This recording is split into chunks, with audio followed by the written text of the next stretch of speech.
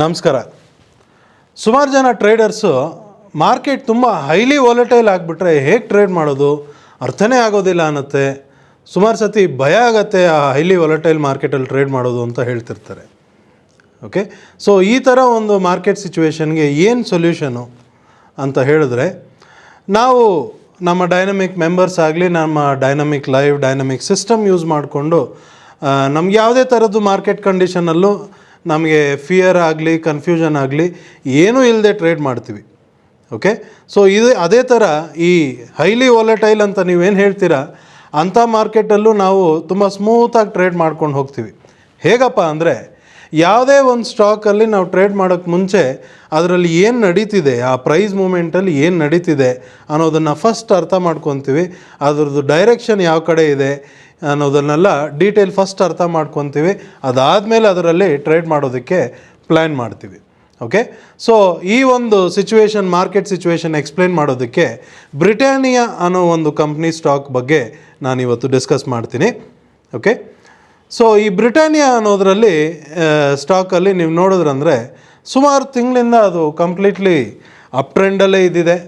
Up ಟ್ರೆಂಡಲ್ಲಿರೋಂಥ stock ಸಡನ್ನಾಗಿ ಒಂದು last 2 ಮಂತ್ಸ್ಗಿಂತ ಜಾಸ್ತಿ, ಫೆಬ್ರವರಿ ಬಿಗಿನಿಂಗಿಂದ ಹಿಡಿದು ಇವತ್ತು ತನಕನೂ ಅದು ತುಂಬ ಹೈಲಿ ವಾಲಟೈಲ್ ಅಂತ ನೀವು ಹೇಳ್ತಿರಲ್ಲ, ತುಂಬ ಮೇಲೆ ಕೆಳಗಡೆ ಏರುಪೇರು ಮೂಮೆಂಟ್ ಆಗ್ತಿದೆ. ಇದನ್ನು ಸೈಡ್ವೇಸ್ ಅಂತ ಹೇಳಬೇಕಾ? ಅದು ಹೇಳೋಕ್ಕಾಗಲ್ಲ. ಏನಕ್ಕಪ್ಪ ಅಂದರೆ, ಜಸ್ಟ್ ಈ 27ನೇ ತಾರೀಕು ಮಾರ್ಚಲ್ಲಿ 5% ಅಪ್ಪಾಗಿದೆ ಈ ಸ್ಟಾಕು. ಓಕೆ, ಅದೇ ಥರ 2-3 ಡೇಸ್ ಬಿಫೋರ್, 27ನೇ ತಾರೀಕಿಗೆ 2-3 ಡೇಸ್ ಬಿಫೋರ್ ಆಗಿರೋಂಥ ಮೂಮೆಂಟಲ್ಲಿ 4%ಗಿಂತ ಜಾಸ್ತಿ ಡೌನ್ ಆಗಿದೆ. ಒಂದು ಸ್ಟಾಕಲ್ಲಿ ಇಷ್ಟಿಷ್ಟು ದೊಡ್ಡ ಮೂಮೆಂಟ್ ಆಗ್ತಿರುವಾಗ ಅದು ಹೇಗೆ ಅದನ್ನು ಸೈಡ್ವೇಸ್ ಅಂತಲೂ ಹೇಳೋಕ್ಕಾಗಲ್ಲ. ಬಟ್ ಇಷ್ಟು ಮೂಮೆಂಟ್ ಆಗ್ತಿದೆ, 4% ಡೌನ್ ಆಗಿ ಇಮಿಡಿಯೇಟಾಗಿ 5% ಅಪ್ ಆಗ್ತಿದೆ ಅಂದರೆ ಈ ಥರ ಮೂಮೆಂಟಲ್ಲಿ ಹೇಗೆ ಟ್ರೇಡ್ ಮಾಡೋದು? ಇದು ಒಂದು ಸತಿ 2 ಸತಿ ಅಲ್ಲ, ರೆಗ್ಯುಲರ್ ಆಗಿ ನಡೀತಿದೆ. ಹೇಗೆ ಟ್ರೇಡ್ ಮಾಡೋದು? ಸೊ ಆ ಥರ ಇರೋವಾಗ ನಮ್ಮ ಡೈನಮಿಕ್ ಮೆಂಬರ್ಸ್ ಹೇಗೆ ಇದನ್ನು ಸಿಂಪ್ಲಿಫೈ ಮಾಡ್ಕೊಂಬಿಡ್ತಾರೆ ಅವ್ರ ಟ್ರೇಡಿಂಗಲ್ಲಿ ಅನ್ನೋದನ್ನು ನಾನು ನಿಮ್ಗೆ ಇವಾಗ ಹೇಳ್ತೀನಿ. ಫಸ್ಟು ಈ ಬ್ರಿಟಾನಿಯಾ ಅನ್ನೋ ಸ್ಟಾಕಲ್ಲಿ ನಾವು ಏನು ಮಾಡ್ತೀವಿ ಅಂದರೆ, ಡೈನಮಿಕ್ ಸಿಸ್ಟಮ್, ನಮ್ಮ ಹತ್ರ ಡೈನಮಿಕ್ ಸಿಸ್ಟಮ್ ಫಾಲೋ ಮಾಡಿ ಮಾರ್ಕೆಟ್ ಮೂಮೆಂಟ್ನ ನೋಡ್ದೇ ಟ್ರೇಡ್ ಮಾಡೋಂಥ ಜನನೂ ಇದ್ದಾರೆ. ಡೈನಮಿಕ್ ಲೈವ್ ಫಾಲೋ ಮಾಡಿ ಮಾರ್ಕೆಟ್ ಮೂಮೆಂಟ್ನ ನೋಡ್ತಾ ಟ್ರೇಡ್ ಮಾಡೋಂಥವ್ರು ಇದ್ದಾರೆ. ಓಕೆ, ಸೊ ಡೈನಮಿಕ್ ಸಿಸ್ಟಮಲ್ಲಿ ಫಸ್ಟ್ ಹೋಗಿ ನೋಡಿದಾಗ ಬ್ರಿಟಾನಿಯಾ ಸ್ಟಾಕಲ್ಲಿ ಸುಮಾರು ದಿವಸ ಮುಂಚೆನೇ ಅದರದ್ದು ಡೌನ್ ಟ್ರೆಂಡ್ ಸ್ಟಾರ್ಟ್ ಆಯಿತು. ಬಟ್ ಡೌನ್ ಟ್ರೆಂಡಲ್ಲಿ ಪ್ರೈಸ್ ಡೌನ್ ಬರ್ತಿರುವಾಗ ಸರ್ಟನ್ ಪಾಯಿಂಟ್ ಆದಮೇಲೆ ಅದು ಫರ್ದರ್ ಡೌನ್ ಹೋಗ್ತಿಲ್ಲ. ಓಕೆ, ಅಲ್ಲೇ ತುಂಬ ಅಪ್ ಆ್ಯಂಡ್ ಡೌನ್ ಮೂಮೆಂಟ್ ಆಗ್ತಿದೆ. ಸೊ ಏನಕ್ಕೆ ಈ ಥರ ಆಗ್ತಿದೆ ಅನ್ನೋವಾಗ ನಾವು ಡೈನಮಿಕ್ ಸಿಸ್ಟಮಲ್ಲಿ ನೋಡಿದ್ರೆ, ಈ ಡೈನಮಿಕ್ ಸಿಸ್ಟಮಲ್ಲಿ ನೋಡಿ, ಇದೇ ಬ್ರಿಟಾನಿಯಾ ಡೌನ್ ಟ್ರೆಂಡಲ್ಲಿ ಪ್ರೈಸ್ ಕೆಳಗೆ ಬರ್ತಿರೋವಾಗ ಈ ವೀಕ್ಲಿ ಡೈನಮಿಕ್ ಸಿಸ್ಟಮಲ್ಲಿ ಕೆಳಗಡೆ ಸ್ಪೀಡ್ ಟ್ರೆಂಡ್ ಸಿಗ್ನಲ್ ಕೊಟ್ಟಿದೆ. ಇದು ಇಲ್ಲಿಂದ ಫರ್ದರ್ ಡೌನ್ ಹೋಗೋದು ಕಷ್ಟ ಅನ್ನೋದು ಇನ್ಫಾರ್ಮೇಷನ್ ನಮಗೆ ಅಲ್ಲೇ ಕೊಟ್ಟಿದೆ. ಯಾವಾಗ? ಫೆಬ್ರವರಿ ಮಂತಲ್ಲೇ ಆ ಇನ್ಫಾರ್ಮೇಷನ್ ಕೊಟ್ಟು ಅಲ್ಲಿಂದ ಹೋದರೆ ಮೇಲ್ಗಡೆ ಮತ್ತೆ ಮೇಲೆ ಹೋಗೋಕ್ಕೂ ಜಾಗ ಸಿಗ್ತಿಲ್ಲ.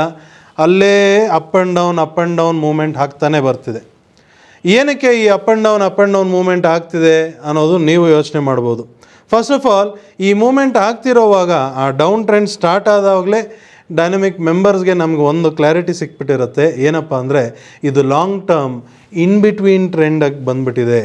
ಅಂದರೆ ಲಾಂಗ್ ಟರ್ಮ್ ಇನ್ ಬಿಟ್ವೀನ್ ಅಂದರೆ ಆ ಕಡೆ ಅಪ್ ಟ್ರೆಂಡು ಇಲ್ಲ, ಈ ಕಡೆ ಡೌನ್ ಟ್ರೆಂಡು ಇಲ್ಲ, ಅಂಥ ಒಂದು ಜಾಗದಲ್ಲಿ ರೀಚ್ ಆಗಿಬಿಟ್ಟಿದೆ ಪ್ರೈಸ್. ಅದು ಲಾಂಗ್ ಟರ್ಮ್ ಇನ್ ಬಿಟ್ವೀನ್ ಅಂದಮೇಲೆ ಏನಾಗ್ಬಿಡುತ್ತೆ ಅಂದರೆ, ಇದು ಈ ಅಪ್ ಆ್ಯಂಡ್ ಡೌನ್ ಮೂಮೆಂಟ್ ಇರುತ್ತಲ್ಲ, ಸುಮಾರು ಸತಿ ಸಮ್ ಮಂತ್ಸ್ ಟುಗೆದರ್ ಆಗುತ್ತದು. ಸೊ ಅಂಥ ಜಾಗದಲ್ಲಿ ಈ ಒಂದು ಅವೇರ್ನೆಸ್, ಈ ಒಂದು ಕ್ಲಾರಿಟಿ ಇಲ್ಲದೆ ಆ ಪರ್ಟಿಕ್ಯುಲರ್ ಸ್ಟಾಕಲ್ಲಿ ಟ್ರೇಡ್ ಮಾಡೋಕ್ಕೆ ಹೋದಾಗ ತುಂಬ ಕನ್ಫ್ಯೂಷನ್ ಕ್ರಿಯೇಟ್ ಆಗೋಂಥ ಚಾನ್ಸಸ್ಸು ಇರುತ್ತೆ. ಓಕೆ, ಸೊ ಇದನ್ನೇ ನಾವು ಡೈನಮಿಕ್ ಲೈವಲ್ಲಿ ನೋಡಿ, ಈ ಎಂಟೈರ್ ಪೀರಿಯಡ್ ಫೆಬ್ರವರಿ 2024ಇಂದ ನಮಗೆ ಟಿಲ್ ಡೇಟ್ ಮಾರ್ಚ್ ಎಂಡ್ ತನಕನೂ ನೀವು ನೋಡಿದ್ರೆ ಪ್ರೈಸ್ ಮೂಮೆಂಟ್ ಸ್ವಲ್ಪ ಈ ಥರ ಇದೆ. ಈ ಥರ ಪ್ರೈಸ್ ಮೂಮೆಂಟ್ ನೋಡ್ತಾನೆ ಸುಮಾರು ಜನ ತುಂಬ ಎಕ್ಸ್ಪೀರಿಯನ್ಸ್ ಇರೋಂಥ ಟ್ರೇಡರ್ಸ್ ಕೂಡ, ಯಪ್ಪ ಈ ಥರ ಪ್ರೈಸ್ ಮೂಮೆಂಟ್ ಇದರಲ್ಲಿ ಹೋಗಿ ಟ್ರೇಡ್ ಮಾಡೋದಾ, ಬೇಡವೇ ಬೇಡ, ಬೇರೆ ಸ್ಟಾಕ್ ಹುಡ್ಕೋಣ ಅನ್ನೋದು ಇರುತ್ತೆ. ಅಲ್ವಾ. ಬಟ್ ಅಲ್ಲಿ ಏನಾಗೋಯ್ತು, ನಿಮಗೆ ಈ ಪರ್ಟಿಕ್ಯುಲರ್ ಮಾರ್ಕೆಟ್ ಸಿಚುವೇಷನಲ್ಲಿ ಕ್ಲಾರಿಟಿ ಇಲ್ಲ, ಅಂದರೆ ನಿಮ್ಮ ಹತ್ರ ಒಂದು ಸೊಲ್ಯೂಷನ್ ಇಲ್ಲ. ಬಟ್ ಸ್ಟಾಕ್ ಮಾರ್ಕೆಟಲ್ಲಿ ನೀವು ಟ್ರೇಡ್ ಮಾಡಿ ಲಾಂಗ್ ರನ್ಗೆ ನೀವು ಕಂಟಿನ್ಯೂಸ್ ಸಕ್ಸಸ್ ನೋಡಬೇಕು ಅಂದರೆ ನಾನು ಅದನ್ನೇ ಹೇಳ್ತಿರ್ತೀನಿ, ನೀವು ಒಂದು ಡೈನಮಿಕ್ ಸೂಪರ್ ಪವರ್ ಟ್ರೇಡರ್ ಆಗಬೇಕು ಅಂತ. ಅಂದರೆ ಏನು, ಎನಿ ಡಿಫ್ರೆಂಟ್ ಮಾರ್ಕೆಟ್ ಕಂಡೀಷನಲ್ಲೂ ನೀವು ಟ್ರೇಡ್ ಮಾಡೋಕ್ಕೆ ಗೊತ್ತಿರಬೇಕು. ಎನಿ ಡಿಫ್ರೆಂಟ್ ಮಾರ್ಕೆಟ್ ಕಂಡೀಷನಲ್ಲೂ ಟ್ರೇಡ್ ಮಾಡಿ ಪ್ರಾಫಿಟ್ ಮಾಡೋಕ್ಕೆ ಗೊತ್ತಿರಬೇಕು. ಆವಾಗಲೇ ಡೈನಮಿಕ್ ಸೂಪರ್ ಪವರ್ ಟ್ರೇಡರ್ ಅಂತ ಹೇಳೋದು. ಓಕೆ, ಸೊ ಆ ಒಂದು ಅವೇರ್ನೆಸ್ ನಿಮಗೆ ಬಂದ್ಬಿಡ್ತು ಅಂದರೆ ನಿಮಗೆ ಭಯ, ಟೆನ್ಷನ್ನು, ಪ್ಯಾನಿಕ್ಕು ಇದು ಯಾವುದೂ ಇರೋದಿಲ್ಲ. ಎನಿ ಗಿವನ್ ಸ್ಟಾಕ್, ನಿಮ್ಗೆ ಯಾವುದೇ ಸ್ಟಾಕ್ ಕೊಟ್ಟರು ತುಂಬ ಕ್ಲಾರಿಟಿಯಿಂದ ನೀವು ಸ್ಮೂತಾಗಿ ಟ್ರೇಡ್ ಮಾಡ್ಕೊಂಡು ಹೋಗ್ಬೋದು. ಓಕೆ, ಸೊ ಇದೇ ಈ ಬ್ರಿಟಾನಿಯಾ ಅಲ್ಲಿ ನೋಡಿ, ಇಷ್ಟು ಮೂಮೆಂಟಲ್ಲಿ ಫೆಬ್ರವರಿಯಿಂದ ನಮಗೆ ಮಾರ್ಚ್ ಎಂಡ್ ತನಕ ಆಗಿರೋ ಮೂಮೆಂಟಲ್ಲಿ ಡೈನಮಿಕ್ ಲೈಫ್ ಜಸ್ಟ್ ಒಂದು ವ್ಯೂವಲ್ಲೇ ನೋಡಿ, ಅಲ್ಲಾಗಿರೋಂಥ ಅಪ್ ಆ್ಯಂಡ್ ಡೌನ್ ಮೂಮೆಂಟಲ್ಲಿ ಎವ್ರಿ ಬಾಟಮಲ್ಲಿ ಸಿಗ್ನಲ್ ಕೊಟ್ಟಿದೆ, ಎವ್ರಿ ಟಾಪಲ್ಲಿ ಸಿಗ್ನಲ್ ಕೊಟ್ಟಿದೆ. ಓಕೆ, ಎವ್ರಿ ಟರ್ನಿಂಗ್ ಪಾಯಿಂಟಲ್ಲೂ ಇದು ಇನ್ಫಾರ್ಮೇಷನ್ಸ್ ನಮಗೆ ಕೊಡ್ತಿದೆ. ಆ್ಯಸ್ ಎ ಟ್ರೇಡರ್ ನಮಗೆ ಬೇಕಾಗಿರೋದು ಅದೇ, ಹೌದಲ್ವಾ. ಒಂದು ಅಪ್ ಟ್ರೆಂಡಲ್ಲಿ ಮಾರ್ಕೆಟ್ ಎಲ್ಲಿ ಟರ್ನ್ ಆಗುತ್ತೆ, ಅಥವಾ ಒಂದು ಡೌನ್ ಟ್ರೆಂಡಲ್ಲಿ ಮಾರ್ಕೆಟ್ ಎಲ್ಲಿ ಟರ್ನ್ ಆಗುತ್ತೆ, ಅಥವಾ ಈ long term in between trend ಅಂತ ಏನು ಹೇಳ್ತೀವಿ, ನೀವು ಹೈಲಿ ವಾಲಟೈಲ್ ಮಾರ್ಕೆಟ್ ಅಂತಿರಲ್ಲ, ಅದರಲ್ಲೂ ಎಂತೆಂಥ ಜಾಗದಲ್ಲಿ ಟರ್ನ್ ಆಗುತ್ತೆ. ಅದೇ ಸೈಡ್ವೇಸ್ ಮಾರ್ಕೆಟ್ ಆಗಿಬಿಟ್ರು ಎಂತೆಂಥ ಜಾಗದಲ್ಲಿ ಟರ್ನ್ ಆಗುತ್ತೆ. ಪ್ರೈಸ್ ಟರ್ನಿಂಗ್ ಪಾಯಿಂಟ್ ಅನ್ನೋದು ನಿಮ್ಗೊಂದು ಕ್ಲಾರಿಟಿ ಸಿಕ್ಬಿಡ್ತು ಅಂದರೆ ಟ್ರೇಡಿಂಗ್ ಎಲ್ಲಿ ಮಾಡಬೇಕು, ಎಲ್ಲಿ ಎಂಟ್ರಿ, ಎಲ್ಲಿ ಎಕ್ಸಿಟ್ ಅನ್ನೋದು ತಿಳ್ಕೊಳ್ಳೋದು ಮಾತ್ರನೇ ಬಾಕಿ. ಅದು ಬಿಟ್ಟು ನೀವು ಏನೂ ತಿಳ್ಕೊಳ್ಳೋ ಅವಶ್ಯಕತೆ ಇರಲ್ಲ. ಓಕೆ, ಸೊ ಈ ಬ್ರಿಟಾನಿಯಾದಲ್ಲೇ ನೋಡಿ, ಕಂಪ್ಲೀಟ್ ಈಚ್ ಆ್ಯಂಡ್ ಎವ್ರಿ ಪಾಯಿಂಟಲ್ಲೂ ಡೈನಮಿಕ್ ಲೈವ್ ನಿಮಗೆ ಟರ್ನಿಂಗ್ ಪಾಯಿಂಟಲ್ಲಿ ನಿಮ್ಗೆ ಇನ್ಫಾರ್ಮೇಷನ್ ಕೊಡ್ತಾ ಬಂದಿದೆ. ಓಕೆ, ಕೊಡ್ತಾ ಬರೋವಾಗ ಇತ್ತೀಚೆಗೆ ರೀಸೆಂಟಾಗಿ ಏನಾಯಿತು, ಪ್ರೈಸ್ ಡೌನ್ ಬರ್ತಿರೋವಾಗ ಡೈನಮಿಕ್ ಲೈವಲ್ಲಿ ಸ್ವಲ್ಪ ಅಡಿಷ್ನಲ್ ಇನ್ಫಾರ್ಮೇಷನ್ ಕೊಡ್ತು. ಏನು ಈ ಅಡಿಷ್ನಲ್ ಇನ್ಫಾರ್ಮೇಷನ್ ಅಂತ ಹೇಳಿದ್ರೆ, ಪ್ರೈಸ್ ಡೌನ್ ಬರ್ತಿರೋವಾಗ ನಮಗೆ ಡೈನಮಿಕ್ ಲೈವಲ್ಲಿ ಡೈನಮಿಕ್ ಮೇಜರ್ ಸಿಗ್ನಲ್ಸ್ ಆ್ಯಕ್ಟಿವೇಟ್ ಆಗೋಯ್ತು. ಅದರಲ್ಲಿ NWC ಅಂತ ನೀವು ನೋಡಿದ್ರೆ ಇವಾಗ C6 ಅನ್ನೋದು ಗ್ರೀನ್ ಕಲರಲ್ಲಿ ತೋರಿಸ್ತಿದೆ, ಅಂದರೆ ಇಲ್ಲಿಂದ ಮಾರ್ಕೆಟ್ ಟರ್ನ್ ಆಗುತ್ತೆ ಅನ್ನೋದು ಅರ್ಥ. ಬಟ್ ಈ NWC ಡೈನಮಿಕ್ ಮೇಜರ್ ಸಿಗ್ನಲ್ ಇದಕ್ಕೆ ಮುಂಚೆನೂ ಡ್ಯೂರಿಂಗ್ ಫೆಬ್ರವರಿಯಿಂದ ಮಾರ್ಚ್ ಎಂಡ್ ತನಕನೂ ಇದಕ್ಕೆ ಮುಂಚೆನೂ ಸುಮಾರು ಸತಿ ಬಂದಿದೆ. ಬಟ್ ಈ ಸತಿ ಬಂದಿರೋದ್ರಲ್ಲಿ ಒಂದು ಕ್ಯೂರಿಯಸ್ ಪಾಯಿಂಟ್ ಏನಪ್ಪ ಅಂದರೆ, NWC C6 ಬರೋದ್ರ ಜೊತೇಲಿ NMC ಅನ್ನೋದೇನಿದೆ, NMC ಅನ್ನೋದು ಡೈನಮಿಕ್ ಮೇಜರ್ ಸಿಗ್ನಲ್ ಅದು ಕೊಡೋ, ಬಟ್ ಅದು NWCಗಿಂತ ಅದು ಇನ್ನೂ ಸ್ಟ್ರಾಂಗ್. ಸೊ ಅಲ್ಲಿ ಬಂದು ನಮಗೆ C2 ಅನ್ನೋದು ಒಂದು ಸಿಗ್ನಲ್ ಸ್ಟಾರ್ಟ್ ಆಗಿದೆ. ಅಂದರೆ ಇಷ್ಟು ತಿಂಗಳಿಂದ ಆಗಿರೋ ಅಪ್ ಆ್ಯಂಡ್ ಡೌನ್ ಮೂಮೆಂಟ್ ಇಲ್ಲೆಲ್ಲೋ ಹತ್ರದಲ್ಲಿ ಒಂದು ಟರ್ನ್ ಆಗೋವಂಥ ಜಾಗ ಬಂತು ಅನ್ನೋದು ಒಂದು ಇನ್ಫಾರ್ಮೇಷನ್ ಸ್ಟಾರ್ಟ್ ಆಗಿದೆ. ಓಕೆ, ಸೊ ಆ ಇನ್ಫಾರ್ಮೇಷನ್ ಸ್ಟಾರ್ಟ್ ಆದಮೇಲೆ ನಾವು ಅಲ್ಲಿಂದ ಟ್ರೇಡಿಂಗ್ ಮಾಡ್ಕೊಂಡು ಹೋದ್ರೂ ಈ ಒಂದು ರೀಸೆಂಟ್ ಆಗಿರೋ ಒಂದು 3-4 ಡೇಸ್ ಟ್ರೇಡಿಂಗ್ ನೀವು ತೊಗೊಂಡ್ರು ಕೂಡ ತುಂಬ ಸ್ಮೂತಾಗಿ ಎಫರ್ಟ್ಲೆಸ್ ಆಗಿ ನೀವು ಹೈಲಿ ವಾಲಟೈಲ್ ಮಾರ್ಕೆಟ್ ಅಂತ ನೀವೇನು ಅಂದ್ಕೊಂಡು ಭಯ ಪಡ್ತೀರಾ ಅಂಥ ಒಂದು ಮೂಮೆಂಟಲ್ಲೂ ಯಾವ ಥರ ಎಫರ್ಟ್ಲೆಸ್ ಆಗಿ ಟ್ರೇಡ್ ಮಾಡ್ಬೋದಾಗಿತ್ತು ಅನ್ನೋದನ್ನು ನಾನು ಇಲ್ಲಿ ತೋರಿಸ್ತೀನಿ. ಈ ವೀಕ್ ಸ್ಟಾರ್ಟ್ ಆಗಿದ್ದು 26th March, 25th March holiday ಇತ್ತು, 23rd 24th ಸ್ಯಾಟರ್ಡೇ ಸಂಡೇ ಇತ್ತು, 26th ಮಾರ್ಚ್ ಸ್ಟಾರ್ಟ್ ಆಗಿದ್ದು. ಬಟ್ ಅದಕ್ಕೆ ಮುಂಚೆನೇ ಏನಾಗಿದೆ ಅಂದರೆ, ಈ ಬ್ರಿಟಾನಿಯಾದಲ್ಲಿ ಆಲ್ರೆಡಿ ಒಂದು ಡೈನಮಿಕ್ ಮೇಜರ್ ಸಿಗ್ನಲ್ ಬಂದು ಪ್ರೈಸ್ ಮೇಲೆ ಹೋಗಿದೆ. ಮೇಲೆ ಹೋಗೋವಾಗ ಸೈಡ್ ವೇ ಸ್ಟಾರ್ಟ್ ಅಂದ್ಬಿಡ್ತು, dynamic live side way start ಅಂತ ಹೇಳ್ಬಿಡ್ತು. ನಾನು ಹೇಳ್ತಿರೋದು before 26th. So side way start ಆಗಿ ಆನ್ 26th ಮಾರ್ಕೆಟ್ ಓಪನ್ ಆದಾಗ ಏನಾಯಿತು, ಒಂದು ಗ್ಯಾಪ್ ಡೌನ್, ಈ ಸ್ಟಾಕಲ್ಲಿ ಗ್ಯಾಪ್ ಡೌನ್ ಆಗಿ ಓಪನ್ ಆಗಿದೆ. ನಾರ್ಮಲಿ ಗ್ಯಾಪ್ ಡೌನ್ ಅಂದಾಗ ಸುಮಾರು ಜನ ಓಕೆ ಇದು ಇಲ್ಲಿಂದ ಫರ್ದರ್ ಡೌನ್ ಆಗಿಬಿಡತ್ತೆ ಅಂದ್ಬಿಟ್ಟು ಎಲ್ಲರೂ ಸೆಲ್ ಮಾಡೋಕ್ಕೆ ಹೋಗ್ತಾರೆ. ಅಥವಾ ಪ್ರೀವಿಯಸ್ ಡೇ ಬೈ ಮಾಡಿರೋರೆಲ್ಲ ಈ ಏನೋ ಹೇಳ್ತಾರಲ್ಲ, ಏನೋ ಒಂದು ಟೆಕ್ನಿಕಲ್ ಟರ್ಮ್ ಪ್ಯಾನಿಕ್ ಸೆಲ್ಲಿಂಗ್ ಅಂತ ಹೇಳ್ತಾರಲ್ಲ, ಸೊ ಆ ಥರ ಬೈದಲ್ಲಿ ಸೆಲ್ ಮಾಡೋದು ಆ ಥರ ಎಲ್ಲ ಸುಮಾರು ಮಾಡ್ತಾರೆ ಜನ. But dynamic members, dynamic live follow ಮಾಡೋರು ಏನು ಮಾಡ್ತಾರಂದರೆ, ಗ್ಯಾಪ್ ಡೌನ್ ಆದಾಗ ಇಲ್ಲಿ ಡೈನಮಿಕ್ ಲೈವಲ್ಲಿ ಏನು ಹೇಳ್ತಿದೆ ಅನ್ನೋದು ಫಸ್ಟ್ ನೋಡ್ತಾರೆ. ಸೊ ಗ್ಯಾಪ್ ಡೌನ್ ಆದಾಗ ಈ ಡೈನಮಿಕ್ ಲೈವಲ್ಲಿ ಅದು ಸೈಡ್ ವೇಸ್ ನೌ, ಅಂದರೆ ಅದು ಇನ್ನೂ ಇವಾಗಲೂ ಸೈಡ್ ವೇಸಲ್ಲೇ ಇದೆ ಅನ್ನೋ ಒಂದು ಇನ್ಫಾರ್ಮೇಷನ್ ಇದೆ. ಜೊತೆಲಿ ಗ್ಯಾಪ್ ಡೌನ್ ಆದಾಗ ID3 ನೋಡಿ ಲಾಂಗ್ ಸಿಗ್ನಲ್ ಒಂದು ಬಂದಿದೆ, ಜೊತೆಲಿ ಜಿಗ್ಜ್ಯಾಗ್ ಸಿಗ್ನಲ್ಲು ಬಂದಿದೆ. ಇದೆರಡು ಬರುವಾಗ ಅರ್ಥ ಏನಪ್ಪ ಅಂದರೆ ಇಲ್ಲಿಂದ ಪ್ರೈಸ್ ಟರ್ನ್ ಆಗುತ್ತೆ ಅನ್ನೋದು ಅರ್ಥ. ಮಾರ್ಕೆಟ್ ಗ್ಯಾಪ್ ಡೌನ್ ಆದಾಗ ಬಾಟಮಲ್ಲಿ ಇಲ್ಲಿಂದ ಟರ್ನ್ ಆಗುತ್ತೆ ಅನ್ನೋದು ಡೈನಮಿಕ್ ಲೈವ್ ಬೆಳಗ್ಗೆನೇ ಇನ್ಫಾರ್ಮೇಷನ್. ಸೊ ಟರ್ನ್ ಆಗುತ್ತೆ ಅಂತ ಗೊತ್ತಾದ ಮೇಲೆ ನಾವೇನು ಮಾಡ್ತೀವಿ, ಅಲ್ಲಿ ಸಿಂಪಲ್ಲಾಗಿ ಒಂದು ಬೈ ಮಾಡಿ ಕೂತಿರ್ತೀವಿ. ಓಕೆ, ಸೊ ಇದು ಬೈ ಮಾಡುವಾಗ ಏನು ಟೈಮಿಗೆ ಬೈ ಮಾಡಿರ್ತೀವಿ ಅಂದರೆ 26ನೇ ತಾರೀಕು ಬೆಳಗ್ಗೆ 9:00 ನಮಗೆ ಇದು ಗ್ಯಾಪ್ ಡೌನ್ ಆದಾಗ ಇಲ್ಲಿ ಸಿಗ್ನಲ್ ಬರ್ತಿರೋದು. ಸೊ ನಾವು ಬೈ ಮಾಡಿದ್ದು 4784, 9:30 ಅಷ್ಟೊತ್ತಿಗೆ 4784 ಪ್ರೈಸ್ಗೆ ನಾವು ಬೈ ಮಾಡಿದ್ದೀವಿ. ನೋಡಿ, ಬೈ ಮಾಡಬೇಕು ಅಂದಾಗ ನಾನೇನೋ ಸುಮ್ಮನೆ ಬ್ಲೈಂಡಾಗಿ ಬೈ ಮಾಡ್ತಿಲ್ಲ. ಬೈ ಮಾಡೋದಕ್ಕೆ ಒಂದು ಕಾರಣ ಇರಬೇಕು. ಓಕೆ, ಬೈ ಮಾಡೋದಕ್ಕೆ ಒಂದು ಕಾರಣ ಇರಬೇಕು. ಏನು ಕಾರಣ ಅಂದರೆ ಡೈನಮಿಕ್ ಲೈವಲ್ಲಿ ಈ ಥರ ಇನ್ಫಾರ್ಮೇಷನ್ ಕೊಡ್ತಿದೆ, ಇಲ್ಲಿಂದ ಪ್ರೈಸ್ ರಿವರ್ಸ್ ಆಗುತ್ತೆ ಅಂತ ಸಿಗ್ನಲ್ ಬಂದಿದೆ, ಅದಕ್ಕೆ ನಾನು ಬೈ ಮಾಡ್ತಿರೋದು. ನನಗೆ ಇಷ್ಟ ಬಂದಂಗೆ ನನಗೇನೋ ಅನ್ನಿಸ್ತು ಅಂದ್ಬಿಟ್ಟು ನಾನು ಬೈ ಮಾಡ್ತಿಲ್ಲ, ಹೌದಲ್ವಾ? ಸೊ ಹಾಗಾಗಿ ಇದನ್ನು ಫಾಲೋ ಮಾಡಿ ನಾವು ಬೈ ಮಾಡಿದ್ದೀವಿ. ಬೈ ಮಾಡಿದ ಮೇಲೆ ಇಮಿಡಿಯೇಟಾಗಿ ಪ್ರೈಸ್ ಶಾರ್ಪಾಗಿ ಮೇಲೆ ಹೋಗೋಕ್ಕೆ ಸ್ಟಾರ್ಟ್ ಆಗುತ್ತೆ. ಮೇಲೆ ಹೋಗ್ತಿರೋವಾಗ ಮೇಲ್ಗಡೆ ನಮಗೊಂದು ಜಿಗ್ಜ್ಯಾಗ್ ಸಿಗ್ನಲ್ ಬಂತು. ನಾರ್ಮಲಿ ಜಿಗ್ಜ್ಯಾಗ್ ಬಂದಾಗ ನಾವು ಎಕ್ಸಿಟ್ ಆ್ಯಂಡ್ ರಿವರ್ಸ್ ಮಾಡ್ತೀವಿ, ಯಾಕಂದರೆ ಪ್ರೈಸ್ ಅಲ್ಲಿಂದ ರಿವರ್ಸ್ ಆಗ್ಬೋದು ಅನ್ನೋದು ಅರ್ಥ. ಬಟ್ ಈ ಜಾಗದಲ್ಲಿ ನಾವು 11 ಗಂಟೆಗೆ ಈ ಜಿಗ್ಜ್ಯಾಗ್ ಬಂದಾಗ ನಾವು ಎಕ್ಸಿಟ್ ಮಾಡಿಲ್ಲ. ಏನಕ್ಕೆ ನಾವು ಎಕ್ಸಿಟ್ ಮಾಡಿಲ್ಲ ಅಂದರೆ, ಫಸ್ಟ್ ಆಫ್ ಆಲ್ ಪ್ರೀವಿಯಸ್ ವೀಕೆ ತೊಗೊಳ್ಳಿ, ಬಿಫೋರ್ 26 ಪ್ರೀವಿಯಸ್ ವೀಕೆ ಏನಾಗಿದೆ, ಕೆಳಗಡೆ ಒಂದು ಡೈನಮಿಕ್ ಮೇಜರ್ ಸಿಗ್ನಲ್ ಬಂದು ಪ್ರೈಸ್ ಆಲ್ರೆಡಿ ರಿವರ್ಸ್ ಆಗೋಕ್ಕೆ ಸ್ಟಾರ್ಟ್ ಆಗಿದೆ.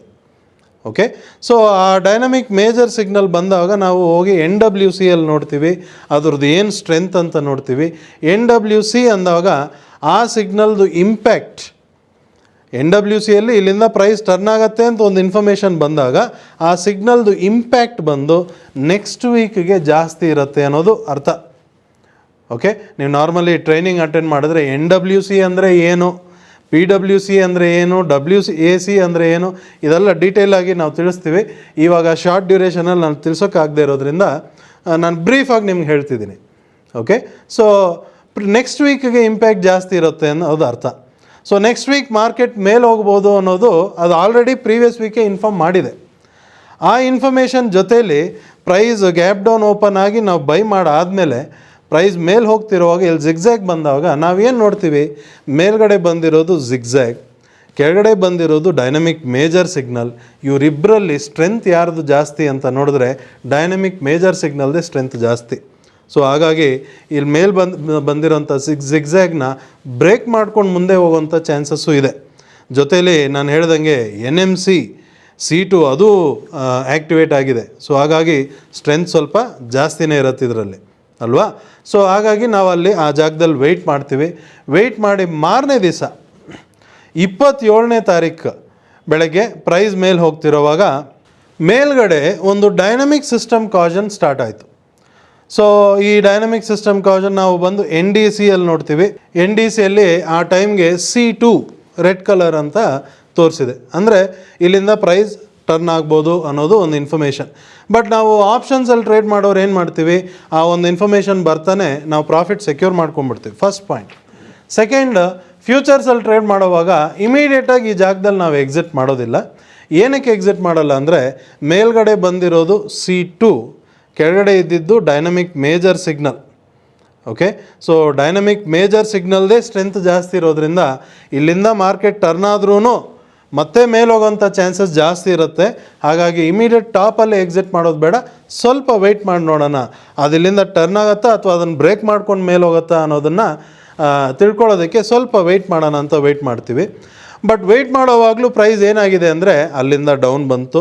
27ನೇ ತಾರೀಕು ಡೌನ್ ಬರೋವಾಗ ID3 ಸ್ಪೀಡ್ ಸಿಗ್ನಲ್ ಸೆಲ್ ಕೊಟ್ಬಿಡ್ತು, ಅಲ್ಲಿ ಕನ್ಫರ್ಮ್ ಮಾಡಿಬಿಡ್ತಿದ್ದು ಇಲ್ಲಿಂದ ಫರ್ದರ್ ಡೌನ್ ಆಗುತ್ತೆ ಅಂತ. ಸೊ ಹಾಗಾಗಿ ನಾವೇನು ಮಾಡಿದ್ವಿ, ತೊಗೊಂಡಿದ್ದ ಲಾಂಗ್ ಪೊಸಿಷನ್ನ ಎಕ್ಸಿಟ್ ಮಾಡಿ ಶಾರ್ಟ್ ಮಾಡ್ತೀವಿ. ಸೊ ಎಷ್ಟಿಗೆ ನಾವು ಎಕ್ಸಿಟ್ ಮಾಡಿ ಶಾರ್ಟ್ ಮಾಡ್ತೀವಿ ಅಂದರೆ, ಬೆಳಗ್ಗೆ 11 ಗಂಟೆ ಅಷ್ಟೊತ್ತಿಗೆ 4907 ಈ ರೇಟಿಗೆ ನಾವು ಲಾಂಗ್ ಎಕ್ಸಿಟ್ ಶಾರ್ಟ್ ಮಾಡಿದ್ವಿ. ಪ್ರೀವಿಯಸ್ ಆಗಿ ನಾವು ಬೈ ಮಾಡಿದ್ದು 4784ಗೆ, ಅದನ್ನು 4907ಗೆ ಎಕ್ಸಿಟ್ ಆ್ಯಂಡ್ ರಿವರ್ಸ್ ಮಾಡಿದ್ದೀವಿ. ಶಾರ್ಟ್ ತೊಗೊಂಡ್ಮೇಲೆ ಒಂದು ಏನು ಕ್ಲಾರಿಟಿ, ಶಾರ್ಟ್ ಪೊಸಿಷನ್ ತೊಗೊಳ್ಳೋವಾಗಲೇ ಏನು ಕ್ಲಾರಿಟಿ, ಸ್ಟ್ರೆಂತ್ ಎಲ್ಲ ಅಪ್ವರ್ಡ್ ಇದೆ ಕಂಪ್ಲೀಟು. ಸೊ ಇಲ್ಲಿ ಡೌನ್ ಆದ್ರೂ ಅದು ತುಂಬ ಹೊತ್ತಿರಲ್ಲ. ಸೊ ಹಾಗಾಗಿ ಶಾರ್ಟ್ ಪೊಸಿಷನ್ ತೊಗೊಂಡಿರೋದನ್ನು ಆದಷ್ಟು ಬೇಗ ಎಕ್ಸಿಟ್ ಮಾಡಿ ನಾವು ಲಾಂಗ್ ಪೊಸಿಷನ್ನು ತೊಗೋಬೇಕಾಗತ್ತೆ. ಸೊ ಈ ಒಂದು ಪ್ರಿಪ್ರೇಷನ್ನಲ್ಲಿ ನಾವು ಕೂತಿರ್ತೀವಿ. ಬ್ಲೈಂಡಾಗಿ ಏನೋ ಎಂಟ್ರಿ ತೊಗೊಂಬಿಟ್ವಿ, ನೆಕ್ಸ್ಟ್ ಏನಾಗುತ್ತೆ ನೋಡೋಣ, ಹಂಗೆಲ್ಲ ನಾವು ಟ್ರೇಡಿಂಗೇ ಮಾಡಲ್ಲ. ಎಸ್ಪೆಷಲಿ ಡೈನಮಿಕ್ ಮೆಂಬರ್ಸ್ ಈ ಥರ ಟ್ರೇಡಿಂಗೇ ಮಾಡಲ್ಲ. ಒಂದು ಎಂಟ್ರಿ ತೊಗೊಂಡಾದಮೇಲೆ ಅದನ್ನು ಎಲ್ಲಿ ಎಕ್ಸಿಟ್ ಮಾಡಬೇಕು ಅಂತ ಪ್ರೀವಿಯಸ್ ಆಗಿ ಪ್ಲ್ಯಾನ್ ಮಾಡಿ ಆಮೇಲೆ ಟ್ರೇಡ್ ತೊಗೊಳ್ಳೋದು. ಓಕೆ, ಸೊ ಈ ಶಾರ್ಟ್ ಎಂಟ್ರಿ ತೊಗೊಂಡಾದಮೇಲೆ ಪ್ರೈಸ್ ಅದೇ ಥರ ಡೌನ್ ಬಂತು. ಡೌನ್ ಬರೋವಾಗ ID3ಯಲ್ಲಿ ಲಾಂಗ್ ಸಿಗ್ನಲ್ ಒಂದು ಬಂದ್ಬಿಡ್ತು. ಈ ಸಿಗ್ನಲ್ ಬಂದಾಗ ನಾವೇನು ಮಾಡ್ತೀವಿ ಅಂದರೆ ಇಮಿಡಿಯೇಟಾಗಿ ಶಾರ್ಟ್ ಪೊಸಿಷನ್ ಎಕ್ಸಿಟ್ ಮಾಡಿ ಇಲ್ಲಿಗೆ ಲಾಂಗ್ ತೊಗೊತೀವಿ. ಇದು ಮಧ್ಯಾಹ್ನ 12:30 ಅಷ್ಟೊತ್ತಿಗೆ ಬಂದಿದೆ. ನಾವು ಎಂಟ್ರಿ ತೊಗೊಂಡಿರೋದು 11 ಗಂಟೆಗೆ, 12:30 ಅಷ್ಟೊತ್ತಿಗೆಲ್ಲ ಎಕ್ಸಿಟ್ ಜೊತೆಯಲ್ಲಿ ರಿವರ್ಸ್. ಸೊ ಆ ಟೈಮ್ಗೆ ಪ್ರೈಸ್ ಬಂದು 4887.85.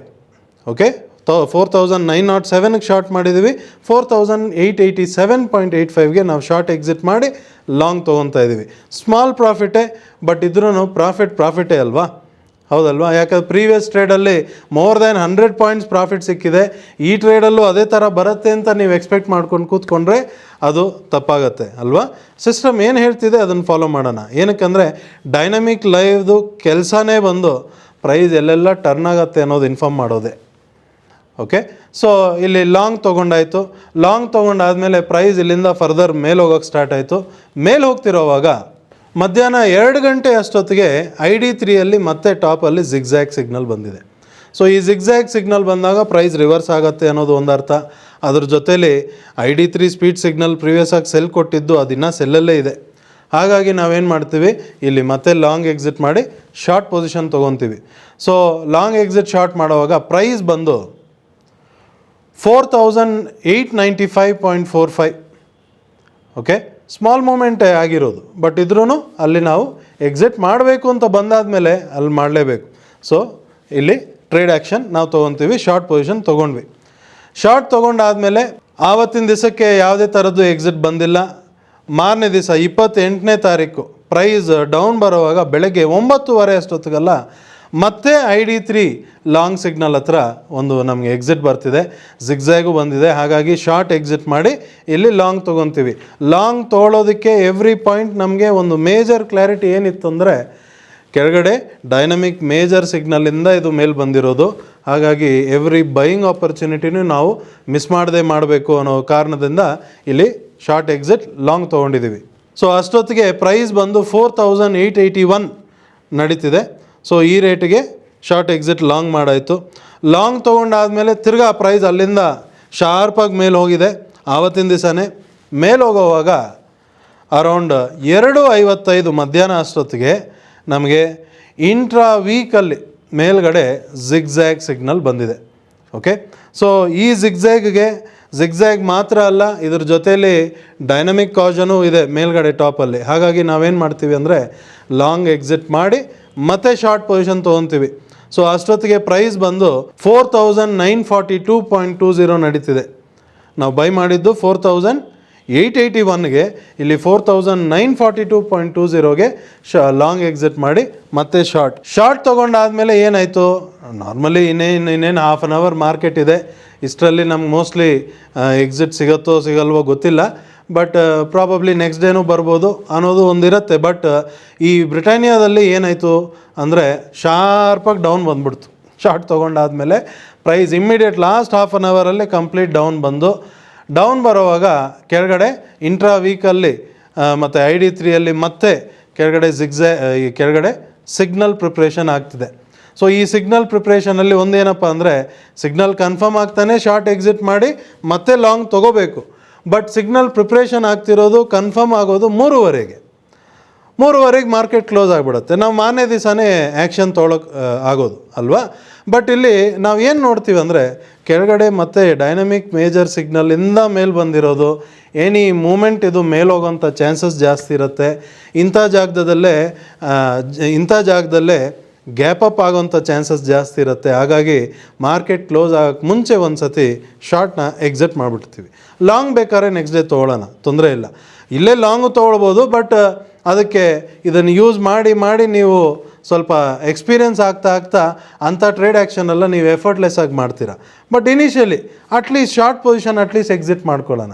ಯಾಕಂದರೆ ಸ್ಟ್ರೆಂತ್ ಅಪ್ಪಿರೋವಾಗ ನಾವು ಆಪೋಸಿಟ್ ಡೈರೆಕ್ಷನಲ್ಲಿದ್ದೀವಿ, ಬಂದಿದ್ದ ಪ್ರಾಫಿಟ್ನ ಫಸ್ಟ್ ತೊಗೊಳ್ಳೋಣ ಅಂದ್ಬಿಟ್ಟು ಕ್ಲೋಸಿಂಗಲ್ಲೇ ಎಕ್ಸಿಟ್ ಮಾಡ್ತೀವಿ.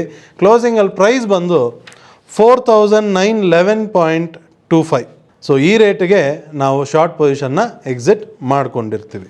ಓಕೆ, ಸೊ ಎಕ್ಸಿಟ್ ಮಾಡ್ಕೊಳ್ಳೋದಲ್ಲದೆ ಫರ್ದರ್ ಇವಾಗ ಸ್ವಲ್ಪ ಜನ ಯೋಚನೆ ಮಾಡ್ತಿರ್ತಾರೆ, ಇನ್ನು ಎಷ್ಟು ದಿವಸ ಇದು ಈ ಥರ ಅಪ್ ಆ್ಯಂಡ್ ಡೌನ್ ಕಂಟಿನ್ಯೂ ಆಗ್ತಾ ಇರುತ್ತೆ ಅನ್ನೋದು. ಎಷ್ಟು ದಿವಸ ಕಂಟಿನ್ಯೂ ಆಗುತ್ತೆ ಅನ್ನೋದು ಯಾರಿಗೂ ಗೊತ್ತಿಲ್ಲ. ಬಟ್ ಡೈನಮಿಕ್ ಲೈವ್ ಇನ್ಫಾರ್ಮೇಷನ್ ಏನು ಕೊಟ್ಟಿದೆ ಅಂದರೆ, ಕೆಳಗಡೆ dynamic major signals NMC NWC ಇವರಿಬ್ಬರೂ ಸ್ಟಾರ್ಟ್ ಆಗಿದ್ದಾರೆ. ಹಾಗಾಗಿ ಇಲ್ಲಿಂದ ಪ್ರೈಸ್ ಮೇಲೆ ಹೋಗ್ತಿರೋವಾಗ ಇದೇ ಡೈನಮಿಕ್ ಲೈವಲ್ಲಿ ಕೆಳಗಡೆ ಡೈಲಿ ಲಾಂಗ್ ಟ್ರೆಂಡ್ ಅಂತ ಏನಿದೆ, ಓಕೆ, ಇಲ್ಲಿ ಬೈ ಲಾಂಗ್ ಆ್ಯಕ್ಟ್ ನೌ ಅಂತ ಬರೋ ತನಕ ಸ್ವಲ್ಪ ವೆಯ್ಟ್ ಮಾಡಿ. ಇವಾಗ ಸದ್ಯಕ್ಕೆ ನೋಡಿದ್ರೆ ಡೈಲಿ ಲಾಂಗ್ ಟ್ರೆಂಡ್ ಬೈಯಲ್ಲಿಲ್ಲ, ಸೆಲ್ಲಲ್ಲಿರೋದು. ಅದೇ ವೀಕ್ಲಿ ಲಾಂಗ್ ಟ್ರೆಂಡ್ ನೋಡಿದ್ರೆ ಬೈಯಲ್ಲಿದೆ. ಇದರಿಂದನೇ ಒಂದು ಬೇಸಿಕ್ ಅಂಡರ್ಸ್ಟ್ಯಾಂಡಿಂಗ್ ಬಂದ್ಬಿಡುತ್ತೆ. ಏನಪ್ಪ ಅಂದರೆ ಇದು ಲಾಂಗ್ ಟರ್ಮ್ ಇನ್ ಬಿಟ್ವೀನ್ ಟ್ರೆಂಡಲ್ಲಿದೆ. ಲಾಂಗ್ ಟರ್ಮ್ ಇನ್ ಬಿಟ್ವೀನ್ ಟ್ರೆಂಡಲ್ಲಿರೋದ್ರಿಂದ ಅದ್ರದ್ದು ರೇಂಜು ದೊಡ್ಡದಿದೆ, ಮೂಮೆಂಟು ಶಾರ್ಪ್ ಆಗಿರುತ್ತೆ ಸುಮಾರು ಸತಿ. ಅದರಿಂದ ಪಬ್ಲಿಕ್ಗೆ ಬಂದು ಇದು ಹೈಲಿ ವಾಲಟೈಲ್ ಮಾರ್ಕೆಟ್ ಅಂತ ಅನ್ಕೊತಾರೆ. ನಾವು ಹೈಲಿ ವಾಲಟೈಲ್ ಆ ವರ್ಡ್ ಸೈಡ್ಗೆ ಇಟ್ಬಿಟ್ಟು ಸಿಸ್ಟಮ್ ನೋಡಿದಾಗ ಓಕೆ ಇದಾ ನಡೀತಿರೋದು ಅಂದ್ಬಿಟ್ಟು ನಾವು ಹಿಂಗೆ ಹೋಗ್ತೀವಿ. Okay, but anyways daily long trend by long act now ಅಂತ ಬಂದಾಗ ಅಲ್ಲಿಂದ ನೋಡಿ ಇದು ಮೂಮೆಂಟ್ ಸ್ಟಾರ್ಟ್ ಆಗಿಬಿಡುತ್ತೆ. ಅದಕ್ಕೆ ನೀವು ಪ್ರಿಪೇರ್ ಆಗ್ಬೋದು. ಓಕೆ, ಸೊ ಈ ಬರೀ 3 ದಿವಸ ಆಗಿರೋಂಥ ಟ್ರೇಡಿಂಗ್ ಈ ಬ್ರಿಟಾನಿಯಾ ಸ್ಟಾಕಲ್ಲಿ ಹೈಲಿ ವಾಲಟೈಲ್ ಮಾರ್ಕೆಟ್ ಅನ್ನೋದ್ರಲ್ಲೂ ಹೋಗಿ ಟ್ರೇಡ್ ಮಾಡಿ, ಇದರಲ್ಲಿ ಟ್ರೇಡ್ ಮಾಡಿರೋದ್ರಲ್ಲಿ ಎಷ್ಟು ಟ್ರೇಡ್ ಆಗಿದೆ ಅಂದರೆ, ಸೊ ಈ 3 ದಿವಸದಲ್ಲಿ ಟೋಟಲ್ ಆಗಿ 6 ಟ್ರೇಡ್ ಆಗಿದೆ. ಈ 6 ಟ್ರೇಡಲ್ಲಿ ಮೇಯ್ನ್ ನೋಡಬೇಕಾಗಿರೋದೇನಪ್ಪ ಅಂದರೆ, ಫಸ್ಟ್ ಟ್ರೇಡಲ್ಲೇ 123 ಪಾಯಿಂಟ್ ಸಿಕ್ಬಿಡ್ತು. ಬಟ್ ಅದಾದಮೇಲೆ ನೆಕ್ಸ್ಟ್ ಟ್ರೇಡಲ್ಲಿ ಬರೀ 19 ಪಾಯಿಂಟ್, ಅದಕ್ಕೆ ನೆಕ್ಸ್ಟ್ ಟ್ರೇಡಲ್ಲಿ ಬರೀ 7 ಪಾಯಿಂಟ್ ಪ್ರಾಫಿಟ್. ಸೊ ಈ ವೇರಿಯೇಷನ್ ಇದೆಯಲ್ಲ, ಇದನ್ನು ಆ್ಯಸ್ ಎ ಟ್ರೇಡರ್ ನಾನು ಇದನ್ನು ಮತ್ತೆ ಏನಕ್ಕೆ ಹೇಳ್ತೀನಿ ಅಂದರೆ, ನಾನು ನೋಡಿರೋ ಸುಮಾರು ಟ್ರೇಡರ್ಸ್ ಸ್ಟಾಕ್ ಬ್ರೋಕಿಂಗ್ ಕಂಪ್ನಿಲಿ ವರ್ಕ್ ಮಾಡ್ತಿರುವಾಗ ಸಿಕ್ಕಾಪಟ್ಟೆ ಟ್ರೇಡರ್ಸ್ ನೋಡಿರೋದ್ರಲ್ಲಿ ಈ ಒಂದು ಪಾಯಿಂಟಲ್ಲೇ ಅವರು ದಾರಿ ತಪ್ಪಿಡ್ತಾರೆ. ಏನಕ್ಕಂದರೆ ದೊಡ್ಡ ಪ್ರಾಫಿಟ್ ನೋಡಿದ್ರು ಸ್ಮಾಲ್ ಪ್ರಾಫಿಟಲ್ಲಿ ಎಕ್ಸಿಟ್ ಮಾಡೋಕ್ಕೆ ಮನಸ್ಸು ಬರೋಲ್ಲ. ಓಕೆ, ಸೊ ಈ ಸ್ಮಾಲ್ ಪ್ರಾಫಿಟಲ್ಲಿ ಇಲ್ಲದೆ ಎಕ್ಸಿಟ್ ಮಾಡದೇ ಇರೋದು ಅಲ್ಲದೆ ಇನ್ನೂ ಎಕ್ಸ್ಟ್ರಾ ಏನೆಲ್ಲ ಆ್ಯಾವ್ರೇಜಿಂಗು ಅದು ಇದು ಅಂತೆಲ್ಲ ಸಿಕ್ಕಾಪಟ್ಟೆ ಮಾಡಿ ಇರೋದು ಬರೋದೆಲ್ಲನೂ ಕಳ್ಕೊಂಡ್ಬಿಡ್ತಾರೆ. ಬಟ್ ಇಲ್ಲಿ ನಾವೇನು ಮಾಡ್ತಿದ್ದೀವಿ, ನಮ್ಗೆ ಈ ಟ್ರೇಡಲ್ಲಿ ಇಷ್ಟು ಪ್ರಾಫಿಟ್ ಬರುತ್ತೆ ಅನ್ನೋದು ನಮಗೆ ಗೊತ್ತಿಲ್ಲ, ಇಷ್ಟೇ ಬರಬೇಕು ಅನ್ನೋ ಎಕ್ಸ್ಪೆಕ್ಟೇಷನ್ ಇಲ್ಲ. ಅದು ಎಷ್ಟು ಕೊಡುತ್ತೋ ಅಷ್ಟು ತೊಗೊಳ್ಳೋಣ. ಎಷ್ಟು ಕೊಡುತ್ತೆ ಅಂತ ನಮಗೇನು ಗೊತ್ತು? ಆ ಡೈನಮಿಕ್ ಲೈವಲ್ಲಿ ಎಲ್ಲಿ ಎಂಟ್ರಿಗೆ ಹೇಳುತ್ತೋ ಅಲ್ಲಿ ಎಂಟ್ರಿ ಮಾಡೋಣ, ಎಲ್ಲಿ ಎಕ್ಸಿಟ್ ಹೇಳುತ್ತೋ ಅಲ್ಲಿ ಎಕ್ಸಿಟ್ ಮಾಡೋಣ. ಇಷ್ಟೇ ಮಾಡ್ಕೊಂಡು ಹೋದಾಗ ದೊಡ್ಡ ಪ್ರಾಫಿಟ್ಟು ಬಂತು, ಸಣ್ಣ ಪ್ರಾಫಿಟ್ಟು ಬಂತು. ದೊಡ್ಡ ಪ್ರಾಫಿಟ್ ಆದಮೇಲೆ ಮಾರ್ಕೆಟ್ ಏನಾಗಿದೆ, ಮಾರ್ಕೆಟ್ ಅಲ್ಲಲ್ಲೇ ಮೂಮೆಂಟ್ ಕೊಟ್ಬಿಟ್ಟಿದೆ. ಆ ಅಲ್ಲಲ್ಲೇ ಮೂಮೆಂಟಲ್ಲೂ ಸಣ್ಣ ಪುಟ್ಟ ಪ್ರಾಫಿಟು ಬಿಟ್ಟಿಲ್ಲ, ಅದನ್ನು ತೊಗೊಂಡಿದ್ದೀವಿ. ಮಾರ್ಕೆಟ್ ಎಷ್ಟೆಷ್ಟು ಕೊಡುತ್ತೋ ಅಷ್ಟು ತೊಗೊಂಡಿದ್ದೀವಿ. ನಾನು ಯಾವ ಡೈನಮಿಕ್ ಮೆಂಬರ್ಸ್ಗೆ ಯಾವಾಗಲೂ ಹೇಳ್ತಾ ಇರ್ತೀನಿ, ನೀವು ಎಷ್ಟು ಆ್ಯಸ್ ಎ ಟ್ರೇಡರ್ ನೀವು ಎಷ್ಟು ಡಿಸಿಪ್ಲಿನ್ಡ್ ಆಗಿ ಡೆಡಿಕೇಟೆಡ್ ಆಗಿ ನೀವು ಮಾರ್ಕೆಟ್ನ ಫಾಲೋ ಮಾಡ್ಕೊಂಡು ಹೋಗ್ತಿರೋ ಅಷ್ಟು ಮಾರ್ಕೆಟ್ ನಿಮ್ಮನ್ನು ರಿವಾರ್ಡ್ ಮಾಡ್ತಾನೆ ಇರುತ್ತೆ, ಕೊಡ್ತಾನೆ ಇರುತ್ತೆ. ಅದು ಸಣ್ಣದು ಕೊಡುತ್ತೋ ದೊಡ್ಡದು ಕೊಡುತ್ತೋ ಅದಕ್ಕೆ ಅದರಿಷ್ಟ. ಬಟ್ ಕೊಟ್ಟಾಗ ನೀವು ತೊಗೋಬೇಕು. ಇಲ್ಲ ನನಗಿಷ್ಟೇ ಸಾಕು, ನನಗೆ ಈ ಪ್ರಾಫಿಟ್ ದೊಡ್ಡ ಪ್ರಾಫಿಟ್ ಅಂತ ನೀವು ಅಂದ್ಕೊಂಡು ಸ್ಟಾಪ್ ಲಾಸು ಟಾರ್ಗೆಟ್ ಅಂತ ಹಾಕ್ಕೊಂಡು ನೀವು ಟ್ರೇಡ್ ಮಾಡಿಬಿಟ್ರೆ ಖಂಡಿತ ಈ ಥರ ಬೆನಿಫಿಟ್ ಎಲ್ಲ ಮಾಡೋಕ್ಕೆ ಸಾಧ್ಯನೇ ಇಲ್ಲ. ಓಕೆ, ಸೊ ಈ 6 ಟ್ರೇಡಲ್ಲಿ ಟೋಟಲ್ ಆಗಿ ನೆಟ್ ಸಿಕ್ಕಿರೋದು ಎಷ್ಟಪ್ಪ ಅಂದರೆ 256.35 ಇಷ್ಟು ಪಾಯಿಂಟ್ಸ್ ಕ್ಯಾಪ್ಚರ್ ಮಾಡಿರೋದು. ಓಕೆ, ನೀವು ಈ 3 ದಿವಸದಲ್ಲಿ market movement bottom to top ಅಂತ ನೋಡಿಬಿಟ್ರೆ ಹಾರ್ಡ್ಲಿ 4% ವೇರಿಯೇಷನ್ ಆಗಿದೆ. ಅಂದರೆ 4750 ಈ ರೇಂಜಿಂದ ಹಿಡಿದು ಮೇಲ್ಗಡೆ ನಿಮಗೆ 4950 ಈ ರೇಂಜ್ ತನಕ ಆಲ್ಮೋಸ್ಟ್ ಒಂದು 200 ಪಾಯಿಂಟ್ಸ್ ರೇಂಜಲ್ಲಿ ಮೂಮೆಂಟ್ ಆಗಿರೋದು. ಬಟ್ ಮೂಮೆಂಟ್ ಇರೋದು 200 point top to bottom, but ಇಲ್ಲಿ ಕ್ಯಾಪ್ಚರ್ ಆಗಿರೋದು 256 ಪಾಯಿಂಟ್ಸ್, ಮೋರ್ ದ್ಯಾನ್ ಅದು. Okay, 6 trades. ಸೊ ಇದರಲ್ಲಿ ನೀವು ಫ್ಯೂಚರ್ಸಲ್ಲಿ ಇದನ್ನು ಸಿಂಗಲ್ ಲಾಟ್ ನೀವು ಟ್ರೇಡ್ ಮಾಡಿದ್ರೂ ಇದ್ರದ್ದು ಲಾಟ್ ಸೈಜ್ 200 ಇದೆ. ಇದರಲ್ಲಿ ಮಾರ್ಜಿನ್ ಬಂದ್ಬಿಟ್ಟು ಆಲ್ಮೋಸ್ಟ್ 1,75,000 ಇದೆ ಈ ಸ್ಟಾಕ್ಗೆ. ಸೊ 256 ಪಾಯಿಂಟ್ ಸಿಂಗಲ್ ಲಾಟಲ್ಲಿ ನೀವು ಕ್ಯಾಪ್ಚರ್ ಮಾಡಿದರೆ ನಿಮ್ಗೆ ಆಲ್ಮೋಸ್ಟ್ 51,000. Okay, just 3 days. ಸುಮಾರು ಜನ ಅನ್ಕೊಂಡಿರ್ತಾರೆ ಇವತ್ತು ಯಾವ ಸ್ಟಾಕ್ ಮಾಡೋಣ, ನಾಳೆ ಏನು ಸ್ಟಾಕ್ ಮಾಡೋಣ, ಈ ಜಂಪ್ ಆಗೋದ್ರಲ್ಲೇ ಇರ್ತಾರೆ. ಬಟ್ ಒಂದೇ ಸಿಂಗಲ್ ಸ್ಟಾಕಲ್ಲೇ ಕಂಟಿನ್ಯೂಸ್ ಫಾಲೋ ಮಾಡ್ಕೊಂಡು ಹೋದ್ರೂ ಸಾಕು. ಕ್ಲಾರಿಟಿ ಇರಬೇಕಷ್ಟೇ. ನೀವು ಕ್ಲಾರಿಟಿ ಇದ್ದಷ್ಟು ಬೆನಿಫಿಟ್ ಬರುತ್ತೆ. ಕ್ಲಾರಿಟಿ ಇಲ್ಲದೆ ಕನ್ಫ್ಯೂಷನಲ್ಲಿ ಏನೋ ಮಾಡೋಣ ಅಂತ ನೀವು ಹೋದರೆ ಖಂಡಿತ ಈ ಬಿಸ್ನೆಸ್ಸಲ್ಲಿ ಸ್ಟಾಕ್ ಮಾರ್ಕೆಟಲ್ಲಂತೂ ಅಷ್ಟು ಈಸಿಯಾಗಿ ದುಡ್ಡು ಯಾರಿಗೂ ಬರಲ್ಲ. ಓಕೆ, ಸೊ 51,000 ರುಪೀಸ್ ಪ್ರಾಫಿಟ್ ಅಂದರೆ ಆಲ್ಮೋಸ್ಟ್ 29% ರಿಟರ್ನ್ಸ್ ನಿಮ್ಮ ಕ್ಯಾಪಿಟಲ್ ಮೇಲೆ. Matter of 6 trades, matter of 3 ಡೇಸಲ್ಲೇ ನಿಮಗೆ ಎಫರ್ಟ್ಲೆಸ್ ಆಗಿ ನೀವೇನು ಹೈಲಿ ವಾಲಟೈಲ್ ಮಾರ್ಕೆಟ್ ಅಂತ ನೀವು ಭಯ ಪಡೋಂಥ ಸಿಚುವೇಷನಲ್ಲೂ ಈ ಮಾರ್ಕೆಟಲ್ಲಿ ಪ್ರಾಫಿಟ್ ಮಾಡ್ಬೋದು. ಹೇಗೆ ಮಾಡ್ಬೋದು ಅನ್ನೋದನ್ನು ನಾನಿವಾಗ ನಿಮ್ಮ ಜೊತೆ ಶೇರ್ ಮಾಡಿದ್ದೀನಿ. ಸೊ ಈ ಥರ ವೀಡಿಯೋಸ್ ಮುಖಾಂತರ ಏನು ಟ್ರೈ ಮಾಡ್ತಿದ್ದೀನಿ ಅಂದರೆ ಡಿಫ್ರೆಂಟ್ ಮಾರ್ಕೆಟ್ ಸಿಚುವೇಷನಲ್ಲಿ ಯಾವ ಥರ ಎಫರ್ಟ್ಲೆಸ್ ಆಗಿ ಟ್ರೇಡ್ ಮಾಡ್ಬೋದು ಅನ್ನೋದನ್ನು ನಾನು ತೋರಿಸ್ಕೊಂಬರ್ತಿದ್ದೀನಿ. ಇದೆಲ್ಲ ನಿಮಗೆ ಆದಷ್ಟು ಬೆನಿಫಿಟ್ ಮಾಡುತ್ತೆ ಅಂದ್ಕೊಂಡಿದ್ದೀನಿ. ಪ್ಲಸ್ ಡೈನಮಿಕ್ ಮೆಂಬರ್ಸ್ ಈ ವಿಡಿಯೋಸ್ ನೋಡ್ತಿದ್ರೆ ಖಂಡಿತ ಅವ್ರಿಗಿದೊಂದು ಬಿಗ್ ಬೋನಸ್ ಅನ್ನೋದು ನನಗೂ ಗೊತ್ತು, ಅವ್ರಿಗೂ ಗೊತ್ತು. So enjoy your profits. Wish you all the best in stock market. ನಮಸ್ಕಾರ.